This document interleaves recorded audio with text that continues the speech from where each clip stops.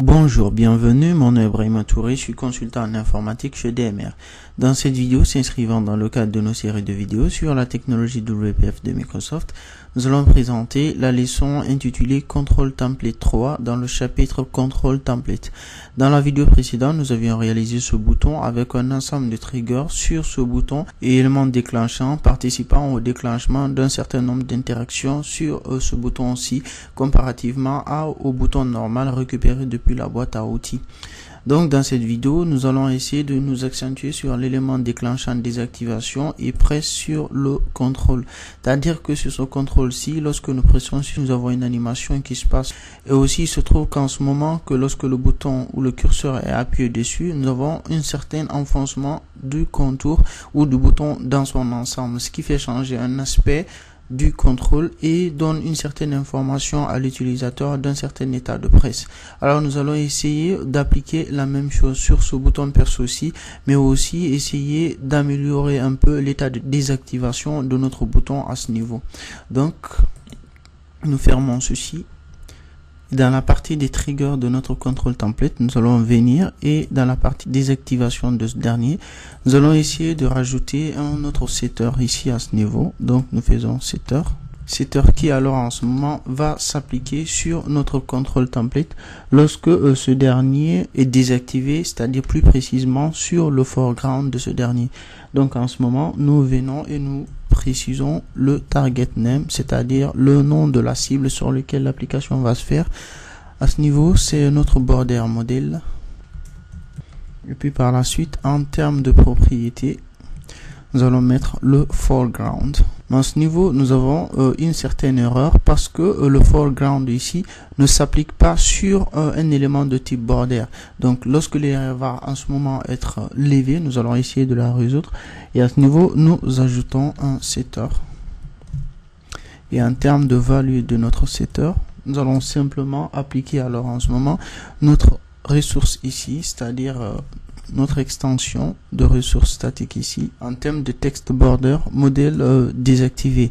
Et à ce niveau, nous allons simplement appliquer ce dernier, non pas sur le background de ce dernier, mais plutôt sur le border brush de notre border. Et après, en ce moment, nous faisons F6. Et puis nous avons justement à ce niveau l'erreur auquel nous nous attendions parce que tout simplement le foreground n'appartient pas à l'élément border parce que l'élément border est plutôt un conteneur de type layout et qui en ce moment a en son sein un ensemble de contrôles. Il n'est pas un contrôle avec un certain content d'affichage de texte. Alors pour cela, nous voulons à ce que ce background là, c'est-à-dire cette ressource là s'applique sur le texte de notre bouton. Alors nous faisons bouton alors en ce moment et puis bouton.foreground et nous faisons F6 pour relancer ceci. Et voilà en ce moment le build et il se passe très bien. Cela se fait parce que tout simplement lorsque nous allons faire appel ou lorsque nous allons désactiver notre bouton, ce foreground là en ce moment où cette ressource aussi va s'appliquer sur notre élément, c'est-à-dire sur le texte de notre bouton, mais cela parce que le foreground ici est une propriété de dépendance et qui dans sa stratégie d'application recherche l'élément cible d'application au niveau de l'élément sur lequel il est défini, c'est-à-dire en l'occurrence ici le border, et s'il ne trouve pas un élément en ce moment, il va parcourir les différents enfants se trouvant dans le conteneur et va s'appliquer sur les différents éléments sur lesquels l'application de ce dernier est possible. Et ce qui fait que lorsque à travers le content presenter le bouton va être chargé dans le border, ce dernier va alors en ce moment prendre ce foreground là lorsque ce bouton va être désactivé. Faisons F5 pour relancer tout ceci. Et voilà, donc cette fois-ci lorsque nous désactivons notre bouton, nous voyons qu'il a un autre aspect et que en ce moment il a le texte non pas noirâtre ici à ce niveau, mais plutôt un fond de texte récupéré depuis la ressource. Pour la suite, nous allons essayer d'appliquer alors en ce moment l'animation réalisée depuis la vidéo précédente sur notre bouton lorsque le press est effectué sur ce dernier. Donc nous refermons ceci. Après, pour la suite, pour notre partie déclencheur, c'est-à-dire après press sur la souris, nous allons ajouter un autre déclencheur ici qui en ce moment va récupérer l'animation que nous avons définie dans la partie ressources et appliquer alors en ce moment à notre contrôle pour que cette animation puisse se lancer dès le press sur notre élément. Pour ce faire, nous allons ajouter un trigger de type event trigger, c'est-à-dire un déclencheur, et en termes d'événement de ce dernier, donc un événement de type routed event, nous précisons la valeur de click. Alors ici, nous avons toujours la même chose, c'est-à-dire que le click ne se trouve pas sur le border parce que c'est l'élément encapsulant de notre bouton qui est chargé dans notre content presenter. Alors pour ce faire, pour ne pas que nous ayons d'erreur, nous mettons bouton. Donc nous savons que notre content presenter s'applique aux éléments de type bouton et nous réformons alors en ce moment notre event trigger. Et puis en termes d'animation à lancer, lorsque un clic est effectué sur notre bouton, nous faisons appel à notre begin storyboard, donc à une instance de la classe begin storyboard, et nous le précisons alors en ce moment la valeur de la propriété storyboard qui ici va être liée par une extension statique, c'est-à-dire ressource statique se trouvant dans notre partie ressources que nous allons récupérer ici en termes d'animation, donc c'est-à-dire lorsque le press est effectué sur notre élément. Donc nous avons notre storyboard ici et le nom de la clé est animefont. Donc nous allons faire agir cette animation sur notre contrôle lorsqu'un press est effectué sur ce dernier. Alors nous revenons alors en ce moment à là où nous étions et alors en termes de clé de ressources nous lui donnons la valeur de animefont et puis par la suite refermons ce tag. Et donc nous lançons alors en ce moment notre élément ici, et lorsque nous effectuons un certain clic sur notre élément, nous remarquons qu'il y a une certaine animation qui se fait automatiquement dans notre bouton. Pour la suite, nous allons essayer alors en ce moment de faire en sorte à ce que nous ayons un autre état lorsque un clic est effectué sur notre élément. C'est-à-dire ici, lorsque nous cliquons dessus, nous avons un contour ici indiquant l'enfoncement ou le press sur le bouton. Donc nous allons essayer de réaliser la même chose au niveau de notre bouton ici, parce que lorsque ce dernier est pressé, il change simplement d'état, mais au niveau du contour, nous ne voyons pas d'indication qui puisse nous montrer qu'il y a un certain press d'effectuer sur notre bouton. Pour ce faire, nous refermons ceci et nous revenons dans notre code, et puis alors en ce moment essayons d'implémenter cela, mais non pas cette fois-ci dans la partie trigger ou dans la partie ressources de notre control template, mais directement à l'intérieur du control template. En ce moment, dans la grille ici, nous allons essayer de rajouter un border. En termes de propriété de notre d'une grille, nous savons que c'est un contrôle de type layout qui a en son sein un ensemble de lignes et de contrôles qui par intersection forment certaines des cellules.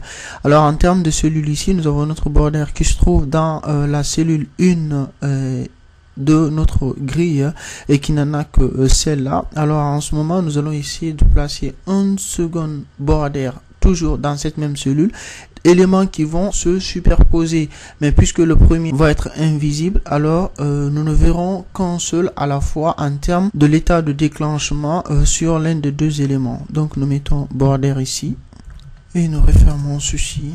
Donc ce border, en termes de nom, nous lui donnerons le nom de état press. Donc nous mettons border état press. Nous allons donner un certain corner radius, c'est-à-dire le même corner radius que notre bouton ici, que notre premier border. Nous allons plutôt copier toutes les propriétés de ces derniers et puis pour les replacer ici pour pouvoir gagner un peu plus de temps.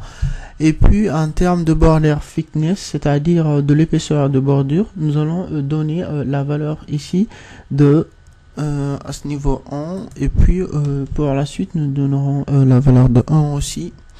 Et puis pour ce qui est du côté droit, nous allons donner la valeur de 0.1 et puis nous donnerons ici la valeur toujours de 0.1. C'est-à-dire nous voulons que du côté droit de notre bordure et du bas, nous voulons en fait des contours qui sont presque invisibles. Là, mais quasiment invisibles. En termes de propriété de notre border ici, en termes d'attributs, nous allons mettre un snap to device pixels. Donc mettons snaps to device pixel pour que le rendu de notre border puisse être quasi accolé au périphérique de l'élément container dans lequel il se trouve. Donc nous allons mettre un certain effet à ce border là. Donc nous mettons border.effect. Quand nous arriverons dans la partie des effets, alors en ce moment nous verrons plus en détail sur comment réaliser des effets sur un contrôle. Donc en ce moment nous allons mettre un effet d'ombrage ici, donc drop shadow effect, et en termes de rendu de ce dernier, c'est-à-dire de la propriété de vitesse de rendu de l'effet, donc nous précisons soit l'énumération, performance ou la qualité. Donc nous souhaitons à ce que le rendu se fasse sur la base de la qualité, non pas de la vitesse. Après nous refermons cet effet et nous avons ce border état presse. Alors nous allons préciser au niveau de notre élément ici un attribut qui est très important et qui représente ici sa visibilité. Donc nous mettons visibility et que nous allons mettre alors en ce moment à hidden. Donc ce qui fait qu'à ce niveau, lorsqu'un clic est effectué au niveau de notre control template, nous allons afficher ce dernier et qui va automatiquement se superposer à ce premier border-ci. Et lorsque un relâchement est effectué après presse sur ce dernier, nous allons tout simplement le cacher parce que les triggers sont des éléments qui se déclenchent à la satisfaction de conditions d'évaluation d'un élément et qui rendent l'état natif lorsque cette condition ne satisfait plus. Alors nous revenons dans la partie presse, donc nous copions le nom de ce dernier, border état presse, et nous allons alors en ce moment ajouter un autre setter suite au presse sur notre élément. Donc nous mettons setter ici, faisons setter. En termes de propriété, donc is visible, et en termes de target name, nous mettons notre élément border état presse et nous refermons. Oh, nous avons créé erreur, donc c'est la visibility et non pas visible. La propriété donc sur le border, et puis finalement nous lançons.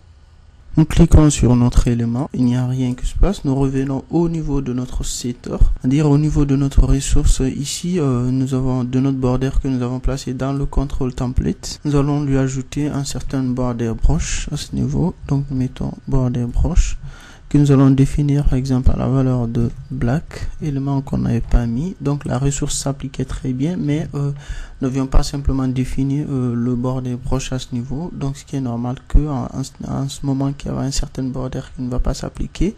Et voilà, lorsque nous cliquons alors en ce moment, nous voyons qu'il y a un certain enfoncement, un certain contour qui apparaît ici pour indiquer l'état d'enfoncement de notre bouton. Donc nous cliquons dessus ici, nous voyons cela se faire, et lorsque nous relâchons, nous avons l'animation qui se passe pour montrer que notre bouton a été pressé. Et lorsque nous le désactivons à ce niveau, nous voyons l'état de désactivation de ce dernier. Reprenons tout ceci, état de presse sur ce bouton, animation qui se passe, et aussi lorsque nous le désactivons, nous avons l'état de désactivation. Voilà ce qu'il fallait retenir sur cette partie de réalisation de notre contrôle personnalisé en termes de boutons. Je vous donne assez rapidement un rendez-vous dans d'autres vidéos toujours portant sur la technologie WPF de Microsoft. Merci encore une fois de plus, au revoir et à bientôt.